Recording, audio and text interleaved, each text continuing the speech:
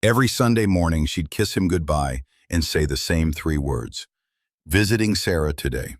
For 2 years, Mark watched his wife Rachel leave their home at 9:30 sharp, always dressed nicely, always carrying that small leather bag, always returning by 3 in the afternoon with red-rimmed eyes. He never questioned it. Sarah was sick after all. Terminal cancer, Rachel had said. A childhood friend who had no one else. What kind of husband would he be to doubt that? But on a cold Sunday in November, when Rachel accidentally left her phone on the kitchen counter, and Mark saw a text message flash across the screen that simply read, "He's asking for you again." Everything he thought he knew began to crumble. Before we go any further into what Mark discovered that day, I need you to do something for me. If you believe that trust is the foundation of every relationship, go ahead and subscribe to this channel, because you're going to want to hear how this story ends. And if you think secrets, no matter how well-intentioned, always find their way to the surface, hit that like button right now. Drop a comment below telling me where you're watching from. I read every single one, and your support means everything to stories like this getting told. Now, let's get back to Mark and the moment his entire world shifted. Mark stood in the kitchen, staring at that text message. "He's asking for you again." Not she, he. His hands trembled as he set the phone back down, exactly where Rachel had left it. His mind raced through possibilities, each one worse than the last. An affair. It had to be an affair. 2 years of Sunday visits, 2 years of lies. But even as the thought formed, something didn't fit. Rachel always came home sad, drained. Sometimes she'd sit in the car for 10 minutes before coming inside, composing herself. That wasn't the behavior of someone sneaking off to meet a lover. That was something else entirely. Mark and Rachel had been married for 8 years. They'd met at a community fundraiser where she was volunteering, and he was donating on behalf of his company. She had this way of making everyone around her feel seen, heard, valued. Within 6 months, they were engaged. Within a year, married. Their life together had been good. Not perfect, but good. They'd weathered financial struggles when his business nearly went under 3 years ago. They'd survived the heartbreak of 2 miscarriages. Through it all, Rachel had been his anchor, his constant. Until 2 years ago, when the Sunday visits started. He remembered the day she first told him about Sarah. They were having breakfast and Rachel had been quieter than usual. "I got a call yesterday," she'd said, stirring her coffee without drinking it. "From an old friend, Sarah Mitchell. We grew up together, lost touch after college. She's sick, Mark. Stage 4 cancer. She doesn't have much time, and she has no family. I want to visit her. Every Sunday. Is that okay?" How could he have said no? Of course it was okay. Of course she should be there for her dying friend. He'd held her hand across the table and told her she had the kindest heart of anyone he'd ever known. She'd smiled, but it hadn't reached her eyes. For 2 years, the pattern never changed. Every Sunday at 9:30, Rachel would leave. She'd drive to what she said was Sarah's care facility across town. She never invited Mark to come along, and he never pushed. "She's very private about her condition," Rachel had explained once. "She doesn't want people seeing her like this. It's hard enough for me." Mark had accepted that, respected it even. But now, standing in his kitchen with that text message burned into his mind, acceptance felt like foolishness. He made a decision in that moment that would change everything. Next Sunday, he would follow her. He felt sick even thinking it. Following your own wife like she was a suspect in some crime. But he had to know. He couldn't live with the uncertainty gnawing at him. 5 days felt like 5 years as he waited for Sunday to come around again. He went through the motions at work, came home, ate dinner with Rachel, watched television beside her, all while that text message played on loop in his mind. "He's asking for you again." Who was he? What did Rachel have to do with him? And why had she been lying for 2 years? Rachel didn't seem to notice anything different about Mark's behavior that week. She was preoccupied, more distant than usual. On Wednesday night, he found her standing at their bedroom window at 2 in the morning, staring out at nothing. "Can't sleep?" he'd asked. She jumped, startled, then forced a smile. "Just thinking," she'd said. "Go back to bed. I'll be there soon." But she wasn't. When Mark woke at 6, she was asleep in the chair by the window, her face creased with worry even in sleep. By the time Sunday morning arrived, Mark's nerves were shot. He'd barely slept. He'd parked his car 2 blocks away the night before, told Rachel he was walking to the corner store for cigarettes, even though he'd quit smoking 3 years ago. He'd planned everything carefully. At 9:15, he kissed Rachel goodbye like always, told her to give Sarah his best wishes, and left through the front door. Then he circled around the block, got in his car, and waited. At 9:30 exactly, Rachel's car pulled out of their driveway. Mark followed, keeping 3 cars between them, his heart hammering against his ribs. She didn't drive toward the care facility she'd described. She drove in the opposite direction, toward the older part of town where the streets narrowed and the houses sat farther apart. Mark's grip tightened on the steering wheel. After 20 minutes, Rachel turned onto a private road that led to a small gated property. The sign at the entrance read, Riverside Veterans Recovery Center. Mark pulled over just before the gate, watching as Rachel's car disappeared behind a cluster of oak trees. A veterans center?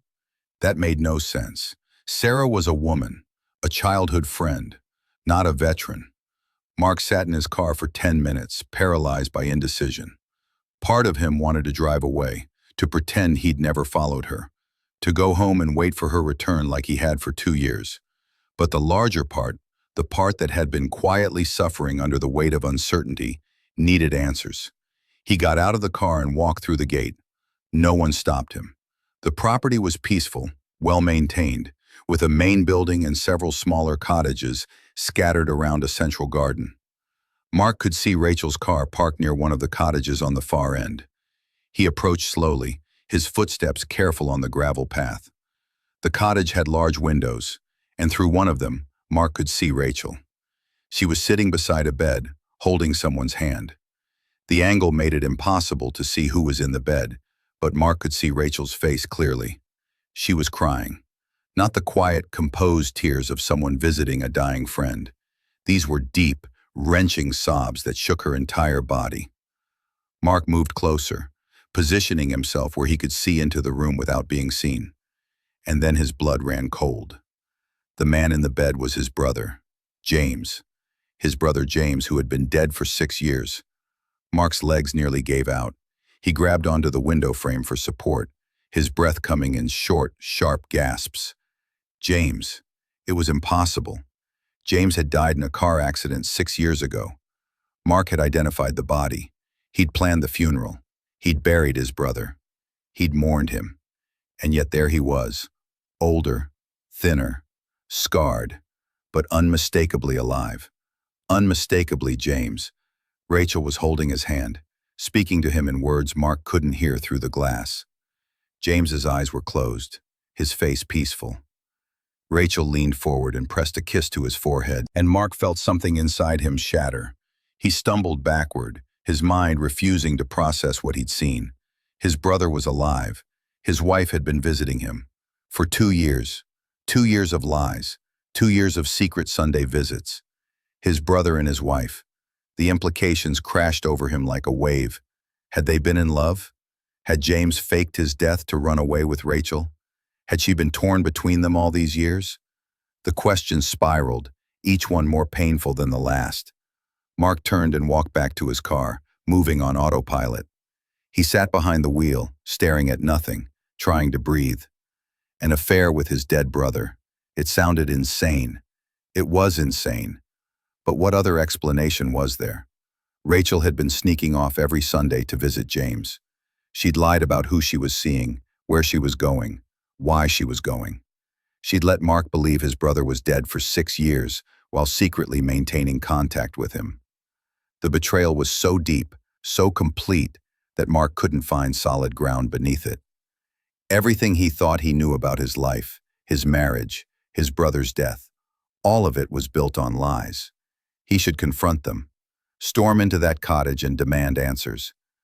But he couldn't move, couldn't think, couldn't do anything but sit in his car and feel his life falling apart around him.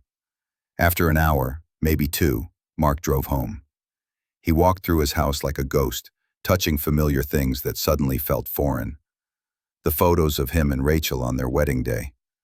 The bookshelf James had helped him build the year before his death. The coffee maker Rachel used every morning. Everything was a lie. Everything was broken. When Rachel came home at 3 o'clock, Mark was sitting at the kitchen table. She walked in with that same exhausted expression she always wore after her Sunday visits. "How was Sarah?" Mark asked, his voice flat. Rachel hung up her coat, not looking at him. "The same. She's comfortable. That's all we can hope for."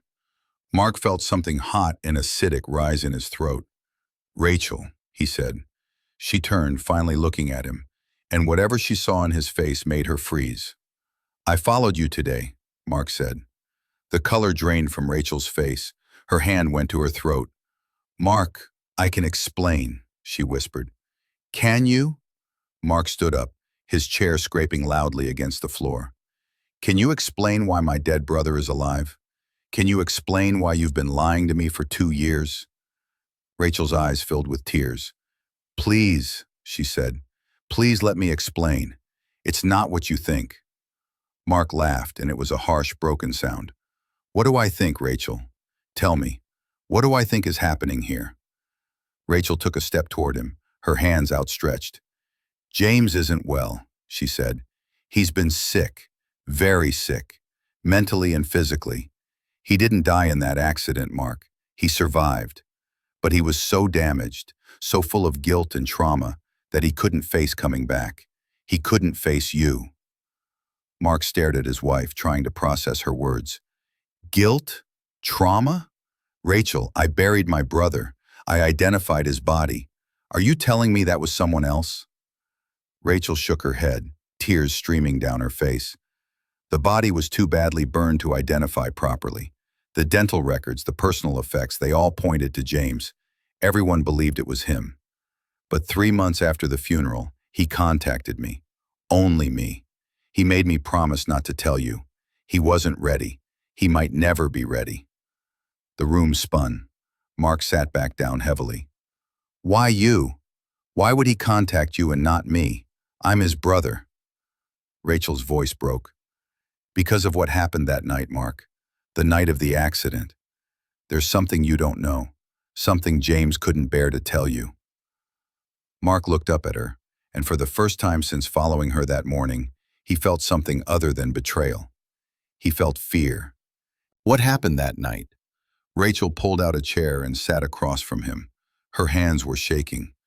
"James wasn't alone in the car when he crashed," she said quietly. "Your parents were with him.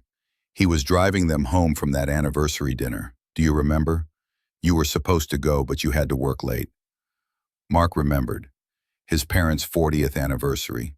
He'd sent them flowers and promised to take them out the following weekend. That following weekend never came. 3 days after their anniversary, he got the call about the accident. His parents were dead. James was dead, or so he'd thought. "James was driving," Rachel continued. "There was another car. It ran a red light. James swerved to avoid it, lost control. The car went off the bridge into the water. Your parents died on impact. James got out. He was the only one who got out. And he's been living with that guilt ever since. He couldn't face you, Mark. He couldn't face being the reason your parents died." The words hung in the air like smoke. Mark felt his chest constrict. His parents. James had been driving when their parents died, and he'd let everyone believe he'd died too rather than face the guilt. "So he just disappeared? Let me think he was dead? Let me mourn him while he was alive somewhere?" Mark's voice rose. "How could he do that? How could you help him do that?" Rachel reached across the table, but Mark pulled his hands back. "He was broken, Mark. Completely shattered. When he contacted me, he was in a psychiatric hospital. He tried to kill himself twice. He was barely functional. The doctors said he had severe PTSD, survivor's guilt, depression. He needed time. He needed help. And he needed to not hurt you any more than he already had." Mark shook his head. "So instead, you both decided to lie to me for 6 years. That was the better option?" "He's been at that veterans center for 4 years," Rachel said. Before that, he was in different facilities, moving around, getting treatment. 2 years ago, he stabilized enough to stay in one place. That's when he asked me if I'd visit. He still couldn't face you, but he didn't want to be completely alone anymore. I couldn't say no, Mark. He's suffering. Every single day, he's suffering. Mark stood up and walked to the window, his back to Rachel. Outside, their neighbor was raking leaves. A normal Sunday afternoon activity. Nothing about this day was normal. You should have told me, Mark said. The moment he contacted you, you should have told me. Rachel's voice was thick with tears. I wanted to. Every single day for 6 years I wanted to tell you. But James made me promise. He said if I told you, he'd disappear again. He'd finish what he tried to start in that hospital. I couldn't risk that. I couldn't risk losing him completely. You chose him over me, Mark said, turning around. For 6 years, you chose protecting him over being honest with me. Rachel stood up, her face desperate. I chose to keep him alive. That's what I chose. And yes, that meant lying to you, and I will regret that for the rest of my life. But Mark, if you could see him, if you could see how much pain he's in, you'd understand. He's not the brother you remember. He's a shell of that person. Mark felt anger and grief and confusion all tangled together in his chest. I want to see him. Rachel's eyes widened. Mark, I don't know if that's a good idea. He's not ready. I don't care if he's ready, Mark said, his voice hard. He's been not ready for 6 years. I'm going to see my brother. Rachel hesitated, then nodded slowly. Okay, but let me talk to him first. Let me prepare him, please. The next Sunday, Mark drove to Riverside Veterans Recovery Center with Rachel. She'd spent the week talking to James, his doctors, his therapists.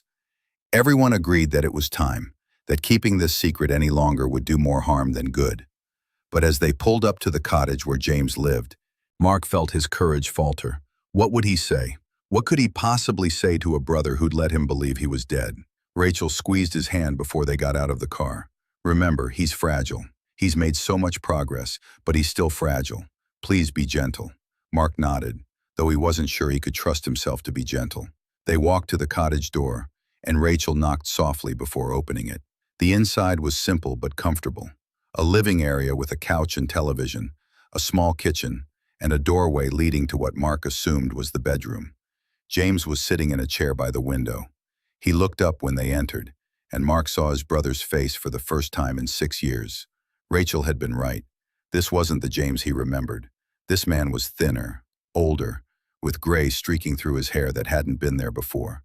But his eyes were what struck Mark the most. They were haunted, empty in a way that made Mark's anger falter. Mark, James said, his voice rough from disuse. He didn't stand up, didn't move, just sat there gripping the arms of his chair like he might fall apart if he let go. Mark stood frozen in the doorway, all the words he'd prepared evaporating. This was his brother, his older brother who'd taught him to ride a bike, who'd stood as his best man at his wedding, who'd been his best friend, and he was alive. Why? The word came out as barely a whisper. James closed his eyes. Because I killed them, Mark. I killed our parents, and I couldn't face you knowing that. Mark moved further into the room, Rachel staying back near the door. It was an accident. The police report said the other driver ran a red light. You weren't at fault. James laughed bitterly. I was driving. I should have reacted faster. I should have seen it coming. I should have protected them. But I didn't. And they died. They died and I walked away. So you decided to die too? To let me think I'd lost everyone? Mark's voice cracked. James finally looked at him, really looked at him. I thought it would be easier for you. One funeral instead of mourning me separately. One grief instead of two. I thought I was sparing you. Mark felt something break loose in his chest. Sparing me? You weren't sparing me anything. I lost my brother James. I lost you. And now I find out you've been alive this whole time. And my wife has been lying to me about it. How is any of that easier? James's face crumpled. I'm sorry. God, Mark, I'm so sorry. I was broken. I am broken. I couldn't think straight. Every time I closed my eyes, I saw them. I heard the crash. I felt the water closing over the car. And I knew it was my fault. I knew I should have died instead of them. He was crying now, deep sobs that shook his frame. Rachel moved forward instinctively, but Mark held up a hand, stopping her. Mark walked over to his brother and knelt down in front of him. Listen to me. You didn't kill them. A drunk driver killed them. An accident killed them. You survived, and that's not a crime. That's not something you should have punished yourself for. James shook his head violently. You don't understand. I see their faces every night. I hear Mom calling for help. I hear Dad telling me it's okay. I hear it all, and I can't make it stop. Then let me help you, Mark said. Let me be your brother again. Stop hiding from me. James looked at him with such raw pain that Mark had to fight not to look away. I don't know how to stop hiding. I've been doing it for so long. Mark reached out and took his brother's hand. It was the first time they'd touched in 6 years. Then we figure it out together, because you're my brother, and I'm not losing you again. They sat like that for a long time, both of them crying, both of them broken in different ways. Rachel watched from across the room, her own tears falling silently. Eventually, James spoke again. I wanted to come home so many times. Every holiday, every birthday, every Sunday when Rachel would visit. I wanted to walk through your door and tell you I was alive, but I was so ashamed. And the longer I waited, the harder it became. I'm angry, Mark admitted, at you, at Rachel, at this whole situation. I'm angry that you took 6 years from us. I'm angry that you didn't trust me enough to let me help you. But I'm also grateful you're alive. Even like this, broken and hiding, you're alive. And that means we have a chance to fix this.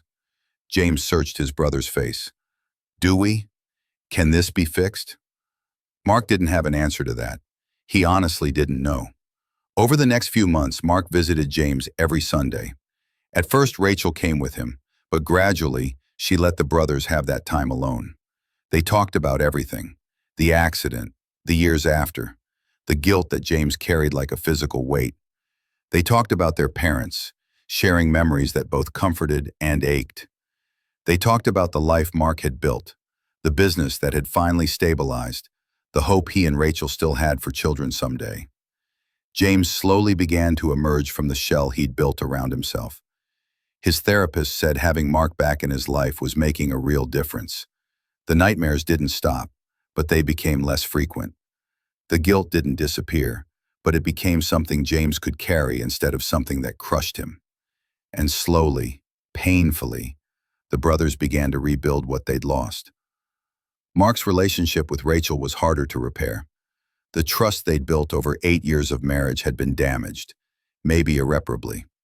They went to counseling. They had long, difficult conversations about honesty and loyalty and impossible choices.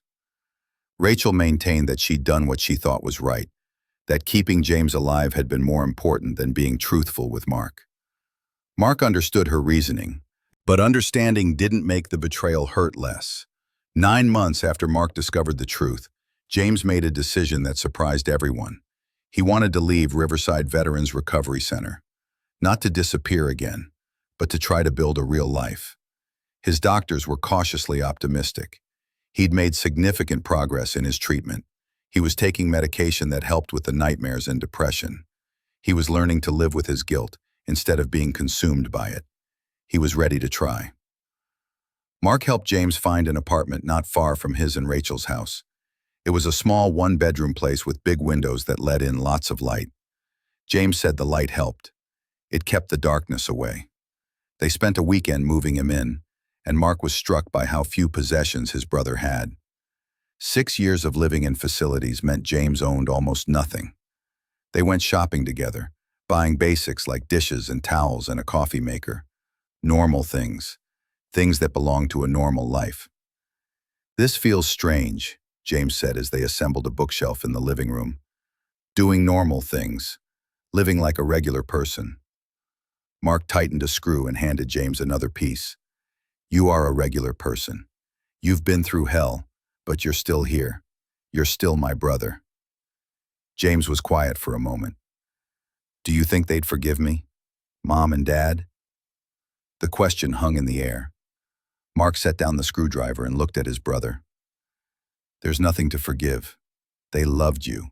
If they were here, they'd want you to be happy. They'd want you to live. James's eyes filled with tears, but he nodded. I'm trying to believe that.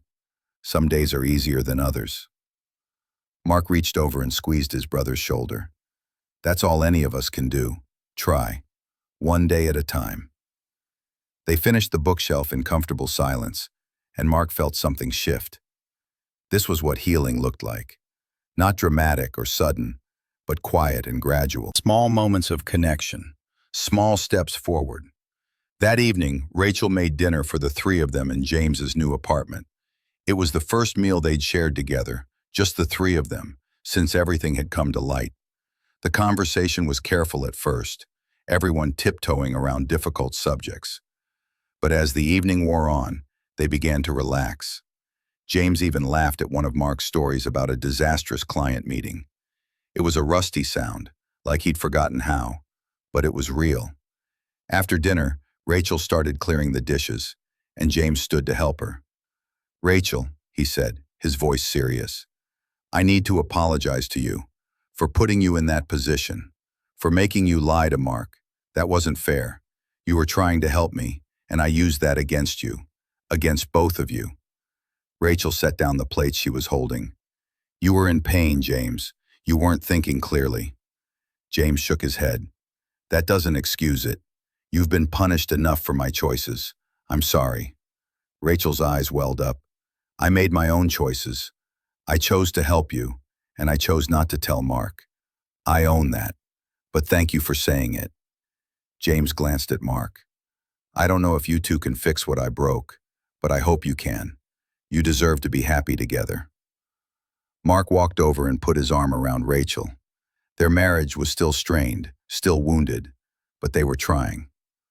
We're working on it, Mark said. One day at a time, just like you. The real turning point came on a Saturday in early spring, almost a year after Mark had followed Rachel to Riverside. James called early in the morning, his voice shaking. I need to go somewhere, he said, and I need you to come with me. Mark agreed without hesitation. An hour later, they were driving out of the city, heading toward the bridge where the accident had happened. Mark's hands tightened on the steering wheel as they approached. He hadn't been back to this spot since the day after the accident, when he'd come to see where his parents had died. Are you sure about this? Mark asked. James stared out the window, his jaw tight. I haven't been here since it happened. My therapist thinks it might help, facing it, I mean, instead of just living with it in my head. They pulled over at the spot where the car had gone off the road. The guardrail had been replaced, but Mark could still picture exactly how it had looked in the police photos. Twisted metal, broken glass, the dark water below. James got out of the car slowly and Mark followed. They stood at the edge of the road looking down at the river. It was peaceful now, sunlight dancing on the water's surface. Beautiful even. It was hard to reconcile this serene scene with the nightmare that had happened here. I can see it all so clearly, James said, his voice barely audible. The headlights coming toward us, the impact, the car flipping, the water rushing in, Mom screaming, Dad trying to get his seatbelt off, me breaking the window and swimming out, leaving them behind. His whole body was shaking. Mark put his hand on his brother's shoulder, anchoring him. You didn't leave them behind. You survived. That's all you could do. James turned to Mark, tears streaming down his face. I should have gone back. I should have tried to get them out. Mark's own tears fell. The car was submerged, James. The police report said it went under in less than 2 minutes. You couldn't have saved them. No one could have. You would have died too. James sobbed. Maybe I should have. Mark grabbed his brother's shoulders, forcing James to look at him. Don't say that. Don't ever say that. Mom and Dad wouldn't want that. I don't want that. You're alive, and that matters. Your life matters. They stood there for a long time, both crying, both releasing some of the grief they'd been carrying. Eventually, James spoke again. I think about the last thing Dad said to me, right before the other car hit us. He was telling me about this fishing trip he wanted to plan for the summer. Just him and me and you. He was excited about it. And then everything exploded. I never got to tell him I wanted to go. I never got to tell him I loved him. Mark's throat tightened. He knew. They both knew how much you loved them. James wiped his eyes with the back of his hand. I want to forgive myself. I want to move forward, but I don't know how to let go of this. Mark thought about that. Maybe you don't let go completely. Maybe you just learn to carry it differently. Not as punishment, but as a reminder to live, to honor them by being here, by being present, by trying to be happy. James looked back at the water. I want to try, for them, for you, for myself. Mark nodded. That's all anyone can ask. They stayed for another hour, talking about their parents, sharing stories, laughing through tears at memories of family vacations and holiday dinners and ordinary moments that had become precious in retrospect. When they finally got back in the car to leave, James looked lighter somehow, like he'd set down a weight he'd been carrying for too long. On the drive home, James said something that surprised Mark. I want to visit their graves. I haven't been there since the funeral. I want to go. Will you come with me? Mark glanced at his brother. Of course, whenever you're ready. James nodded. Tomorrow. Let's go tomorrow. And they did.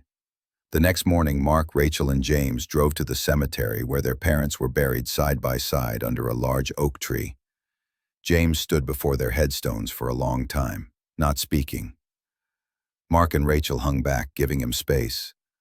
Finally, James knelt down and placed his hand on the grass above their graves. I'm sorry, he whispered. I'm so sorry I couldn't save you. I'm sorry I ran away afterward. I'm sorry for all of it. But I'm here now. I'm trying to live a life you'd be proud of. I'm trying to be the son you raised me to be. Mark joined his brother, kneeling beside him. They were proud of you, James, always. James looked at him. How do you know? Mark smiled sadly. Because I'm proud of you, for surviving, for fighting through all of this, for being here right now. That takes more strength than anything. James broke down then, and Mark held him while he cried. All the years of pain and guilt and loss poured out of him, there on the grass beneath the oak tree where their parents rested. Rachel watched from a few feet away, her own tears falling.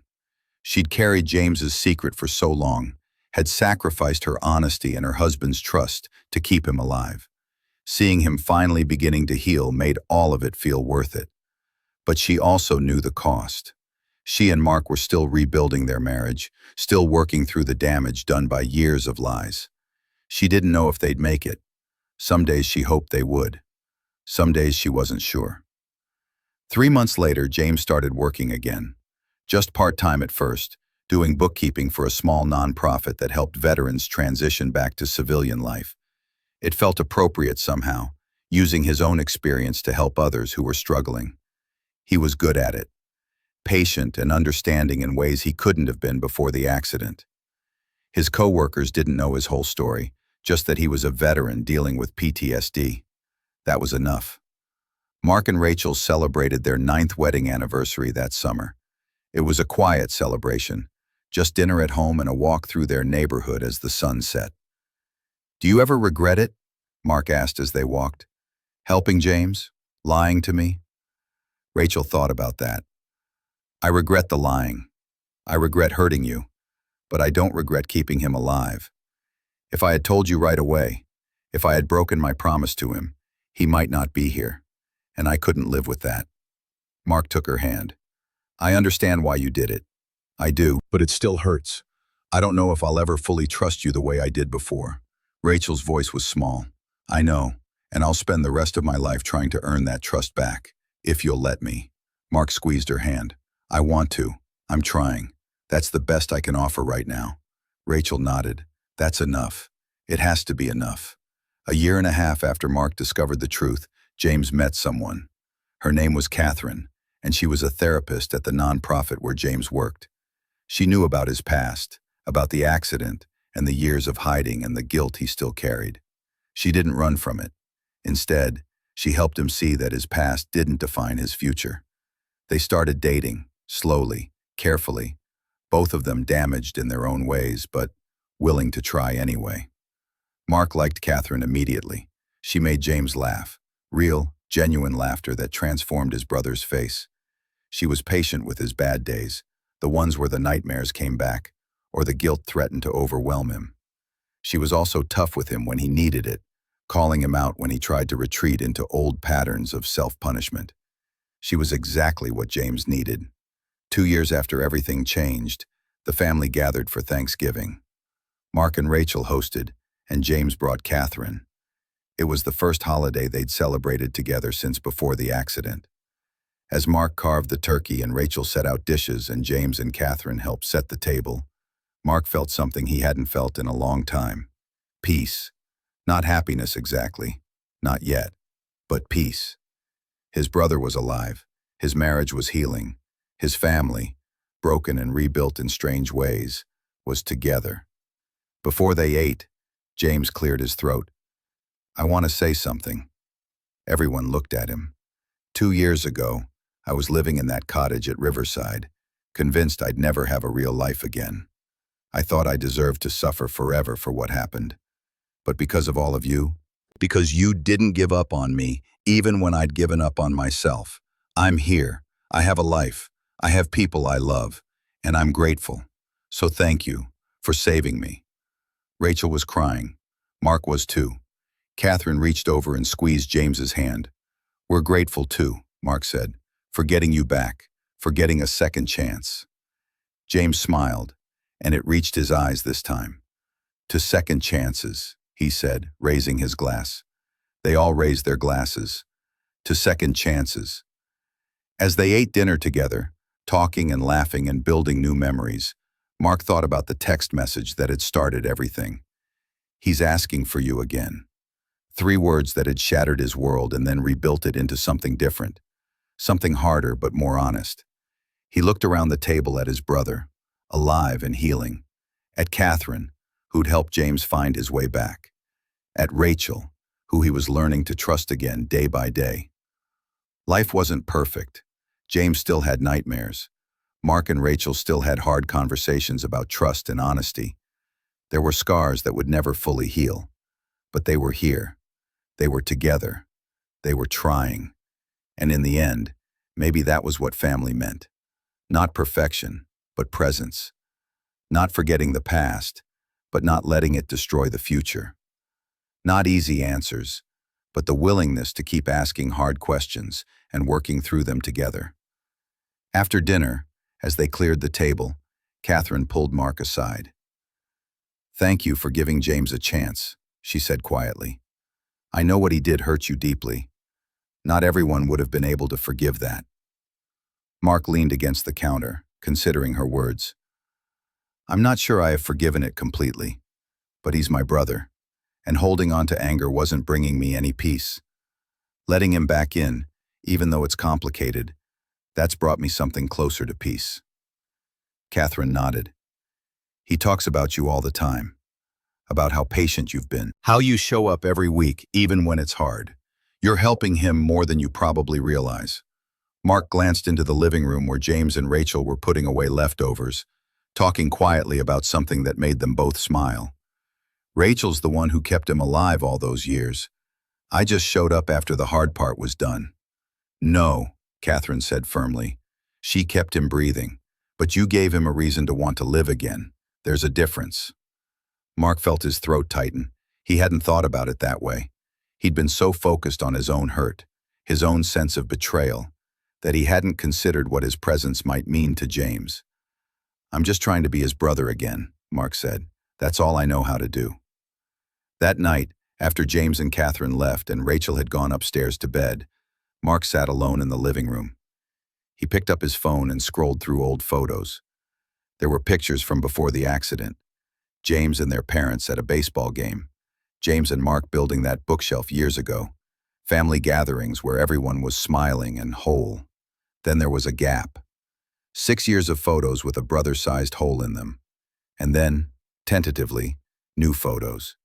James at his apartment, James and Catherine at the park, the 4 of them at dinner last month. A new family album was forming, one built on the ruins of the old one, but a family nonetheless. Mark saved one of the photos as his phone's background, a candid shot Rachel had taken last week, of Mark and James laughing about something neither of them could remember later. They looked like brothers again. Older, marked by grief, but brothers. Rachel came downstairs in her pajamas, finding Mark still awake. "Can't sleep?" she asked, settling onto the couch beside him. Mark showed her the photo on his phone. "I was just thinking about how much has changed, how much we've all changed." Rachel studying the photo. "Do you think we're going to be okay? You and me?" It was a question she asked periodically, always with the same careful hopefulness in her voice. Mark never had a definitive answer, but he was getting closer to one.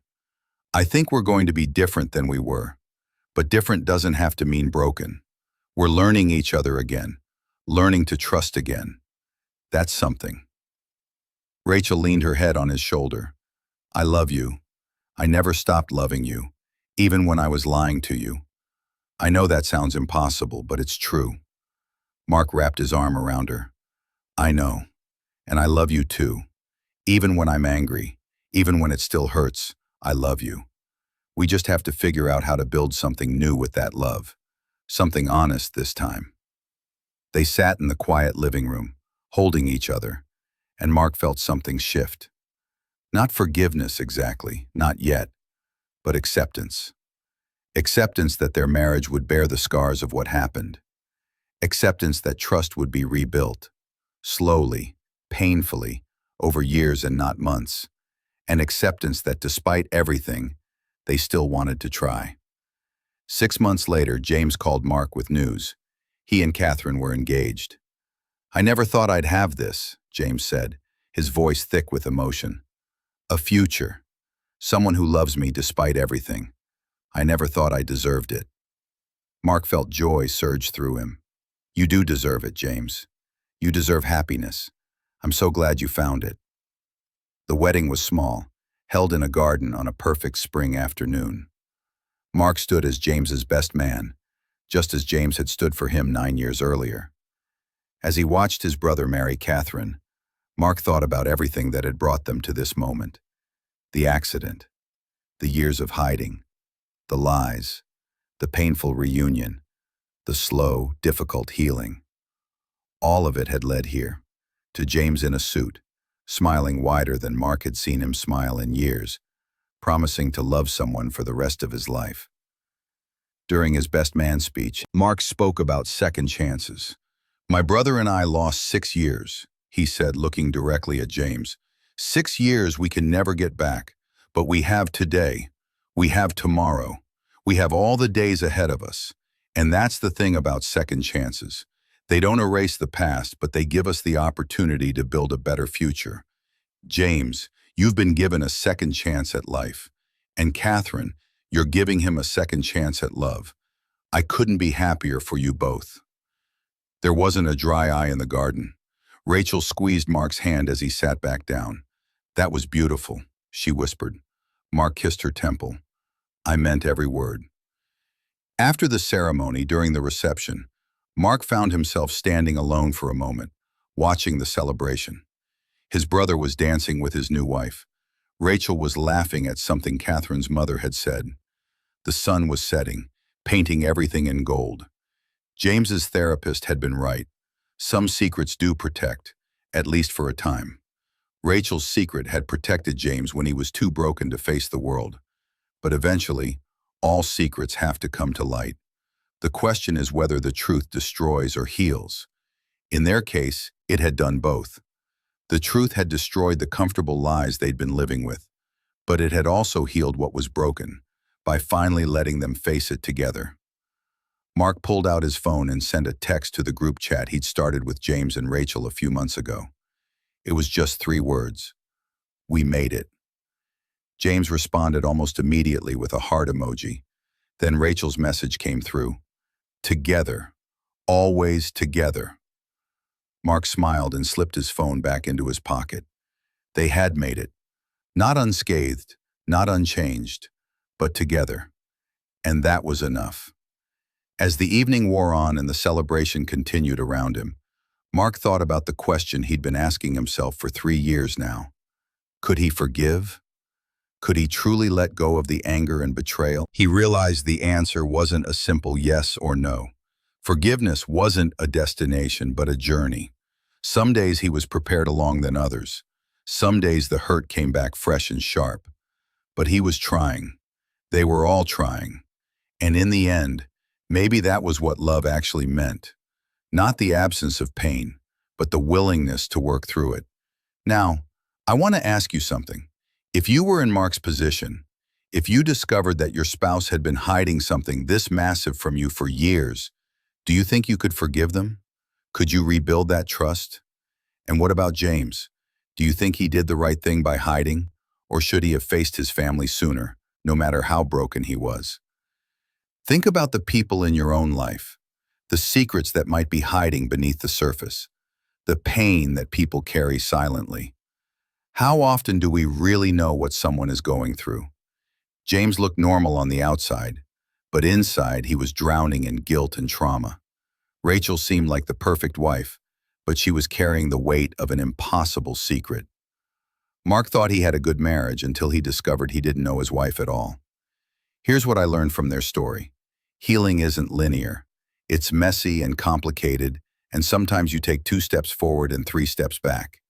But if you keep showing up, if you keep trying, if you refuse to let the pain have the final word, you can build something meaningful from the rubble. Not the same as what you had before, something different. Maybe something even stronger, because it was forged in fire. So I'm asking you, have you been holding on to anger that's eating you alive? Is there someone in your life who needs a second chance? Or maybe you're the one who needs to be forgiven for something. Whatever it is, remember that time doesn't heal all wounds, but honest communication, genuine effort, and the willingness to be vulnerable even when it's terrifying, those things can start the healing process. Before you go, I need you to do something.